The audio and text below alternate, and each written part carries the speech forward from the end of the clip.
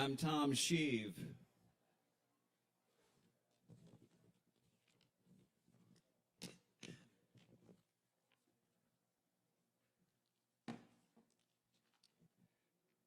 Hosanna to the Lord of the Interstate Overpass. Hear my cries, Lord of the Interstate Overpass, God of all that exists around it. Bat shit, dead spider eggs, fuck A.P.D spray painted at the base of a towering concrete support beam. Inexplicably, 50 feet higher, but 50 feet lower than the next higher thing, dad bod somehow. The unevenness of the sun's dispersion of warmth on the surface of the earth whips up a wind in East Asheville that blows through the service road that serves as a paved moat behind Kohl's department store, built to separate Kohl's department store from the hilly, undeveloped woods behind Kohl's department store, and from the woods' craggy, developmentally impossible wildness, and from the woods' financially unviable, rocky, thick cover. And this wind blows across the woods' quiet stalking, and the woods' hidden campers, the woods' secret sleepers, women and rabbits, and groundhogs and men. And this wind passes over spent vapes, lighters that long ago flicked away the flint. It passes over tiny vines emerging from cracks in the concrete. A hamburger wrapper from Cookout and an empty pack of Camel Red cigarettes in the drainage ditch where a snail and a cricket both live.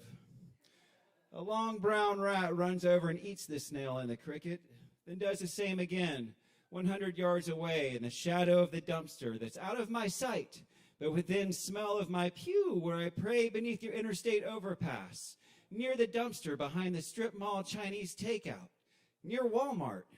But this time, the long brown rat eats fresh rodent poison off a paper plate, which then begins to eat its insides away. Later, ants explore the holes where once there were two rat eyes. It's where quirky people store their knitting needles and a start of yarn for stockings, for bonnets made for cats, for scarves nobody will wear, no matter how cheerfully received, for blankets they knit for tiny babies, not their own, at the hospital. They can store little buttons inside. The long brown dead rat's now flesh-licked white skull no longer shields a brain. The skull of the poisoned snail and cricket-eating rat is now obstruction, shelter, concealment, an ankle roll, tiny shade, something to crack apart with jaw, beak, stick, or drop. White specks in the soil. In the end, if we're not dirt, we are all just something that separates the dirt. A windbreak, a sandbag to keep the rising waters back. This moon-kissed rat skull is the mountain upon which Moses dies. It's where Amelia Earhart proudly nosedives. It is the clay mixed with graphite that forms the lead inside the pencil, grasped in the hand, that writes the very first poem by young Sylvia Plath. It's also the oven where she gasses her head and leaves this uncooked, unleavened bread for Ted to serve himself before he puts the kids to bed. The cracked skull of the rat breaks up the tiny pocket of sand that's collected inside the curb of parking space number 8. It hides roaches. It's home for slugs. It welcomes a desperate spider that's too hot. From the rat's skull, the voice of God. Here you can find peace and comfort, my spider. I've counted every hair on your body, my child. The cracked skull is a hot spot for safe, discreet, 2-hour-long ladybug fucking. Eternity found through each other in the pocket where the frontal lobe was. Rat rib cages are for foreplay. The pheromone game. The wing tickle. The mad pursuit of life. The mission. The imperative. A purpose, but not entirely the point. Ladybugs fuck next to or inside of a dumpster just how you'd think any two creatures next to or inside of a dumpster would fuck. Really the exact same. Some knocking around, muffled communication, a little laughter, hanging on tight for dear life, exhausted, shaky legs, exposure, fear of, but no concession to, future consequences, cellular satisfaction, eternity, an eye out for spiders. Lord of the Interstate Overpass, you bring us this coffee ground-lined dumpster where rats and cats and bears and hungry or thrifty or very buzzed humans who have a burning desire to fuck and to fuck right now, but who have no other place to do just that, can do just that. Lord of the Interstate Overpass, it's so much more than I deserve. My very existence is your gift of grace, as is the used condom draped over the metal bar that once kept rage-filled screaming toddlers securely in place in this commandeered and then almost immediately abandoned, overturned Walmart shopping cart. Now missing 2 front wheels from when it was rammed into the curb on the service road behind the strip at full sprint by its pilot putting the nose down, retracting both feet up onto the lower frame, and at the very point of impact and not before, ejecting and diving with pants and jacket stuffed full of stolen store merchandise through wild flight into the safety of the woods from the asset protection specialist who jogs half-heartedly behind, because who wants to catch up through sting and slice and cut and itch only to then wonder, where'd he go? Am I alone in these woods? What's it mean if I'm not?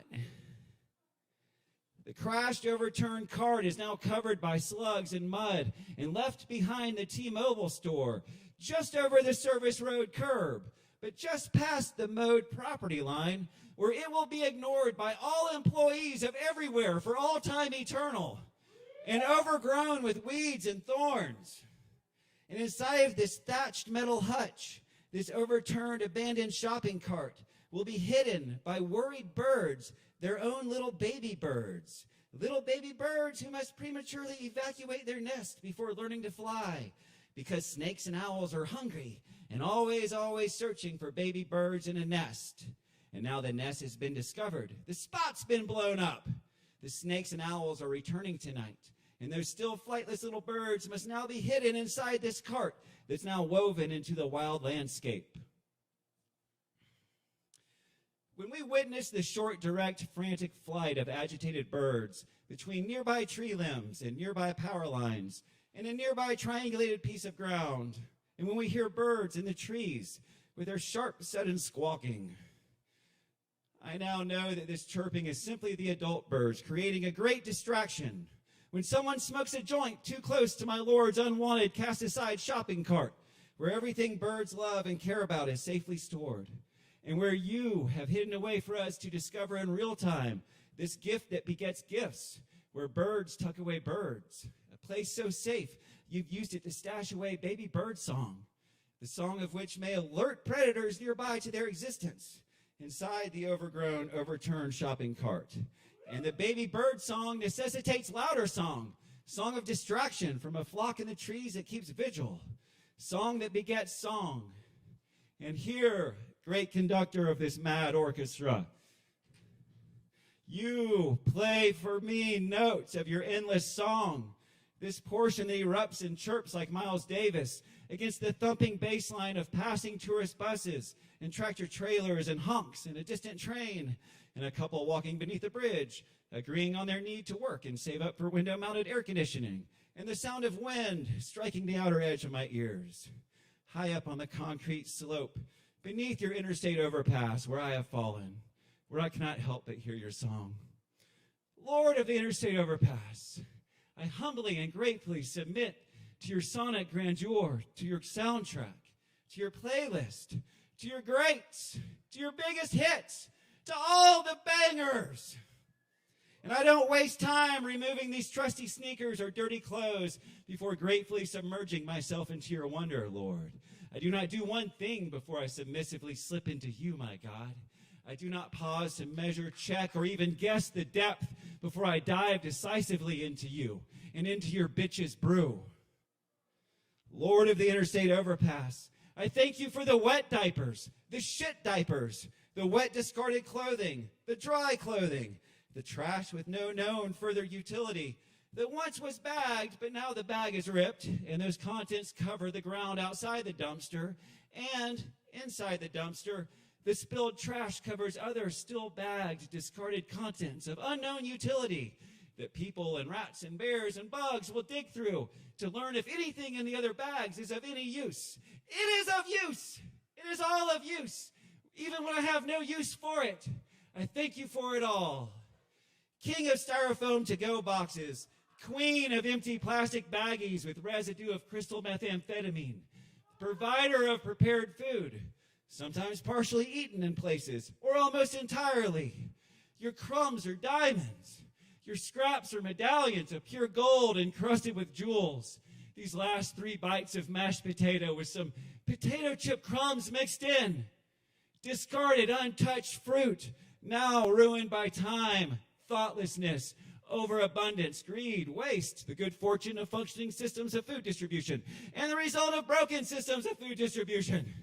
It is now ruined for human consumption, but it is ruined only for human consumption.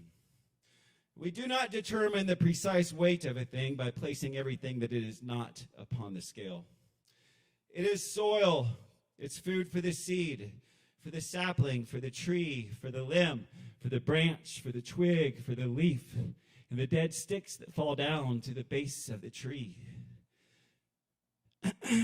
For the nest they then are made into, as the dead sticks and twigs get carried back up into that same tree from the ground by the birds and squirrels who call it home. One day a tree will grow just a few feet past the rear-facing property line of Kohl's department store because a bag of bathroom trash containing baby diaper shit spills out of the bag when it splits in half after it's lazily tossed underhanded toward the rusted open sliding dumpster door by a cashier at the end of their shift. And so the trash bag from the bathroom of Hobbytown will be left draped across the sill of the dumpster, halfway in and halfway out, and later tracked on the bottom of my shoes from the dumpster into the woods that nurture the soil that will grow the tree behind which one day I may hide my own flightless birds, my offspring who are too small to independently sprint away when our spot gets blown up and we're in a real jam with nowhere to turn and uniformed pigs in pursuit. Lord of the Interstate Overpass, no thanks is thanks enough for the gifts you've bestowed us, gifts that beget gifts, creation that creates. The angels, the speeding angels, the angels in their speed move over us like psyops, like propaganda, shadow and clatter, loose debris skipping and sliding down a hillside covered in torn plastic shopping bags, an overturned cart, a red bra, price tags and produce stickers, red construction fill dirt runoff mixed in places with the loose watery shit of a very sick dog. An array of shimmering color in a bubble of motor oil on the broken asphalt. Discarded, charred tinfoil scarred by a narcotic flame long since extinguished. The orange tips of syringes. And the very syringes. All thanks to the creator of sex and death, cartoons and cults. All thanks unto the highest for this abundance of used syringes. The syringes and their expired relief, their life-giving properties, their promise of sudden death, adorned with a crown of caked blood and virus, beautiful, mysterious, holy virus. Are we made in the image of you, my creator? And is your image bacteria and virus? Are you hepatitis? Is your brain meningitis? Is your face Bell's palsy? Are your breast cancer, my Lord? Is your throat influenza? Is your chest pneumonia? Is your gut West Nile or gastroenteritis? Are your kidneys COVID-19? Is your genitalia HIV? Jehovah, are your elbows and knees arthritis? Do you stand on hand, foot, and mouth disease? Were I to touch your holy hand, would I be holding flawless gangrene? Are we made in the image of cartilage disintegration or that of a hacking cough? Are we made in the image of cellular decay? Do we start out in our own wayward image that grotesquely resembles a perfectly formed human or a mackerel? and only toward, during, or after our demise, we finally take your perfect rotting image at the end of it all? Am I the marble quarry or the statue carved from it? Or am I the nose chipped off the statue by an enemy? Am I carved in your image, or is my existence simply one of mockery? Am I truly just the lost, forgotten pebbles at my own stone feet? Is it to dengue I pray? Who receives my praise, monkeypox or herpes?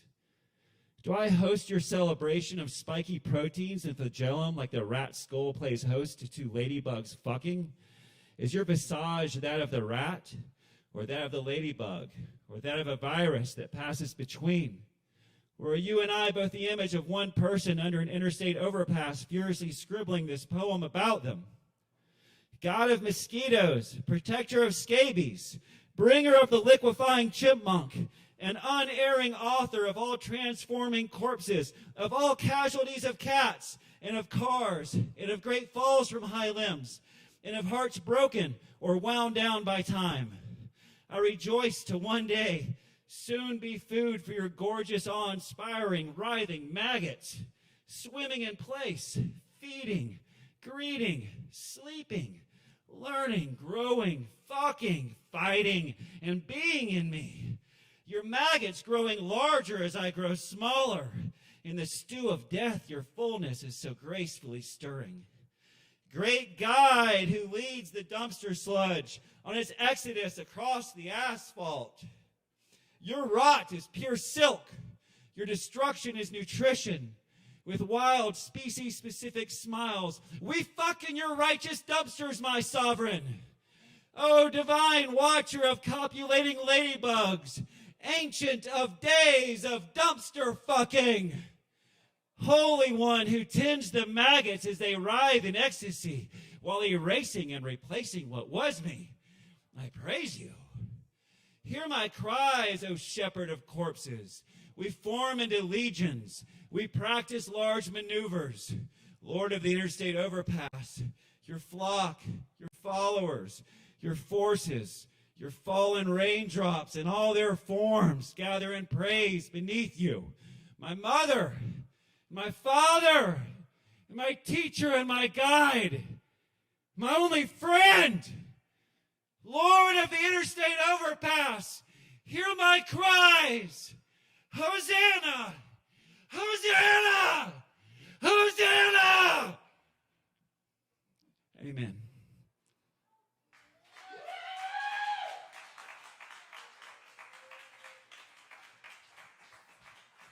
Tom Scheve, y'all. Tom Scheve.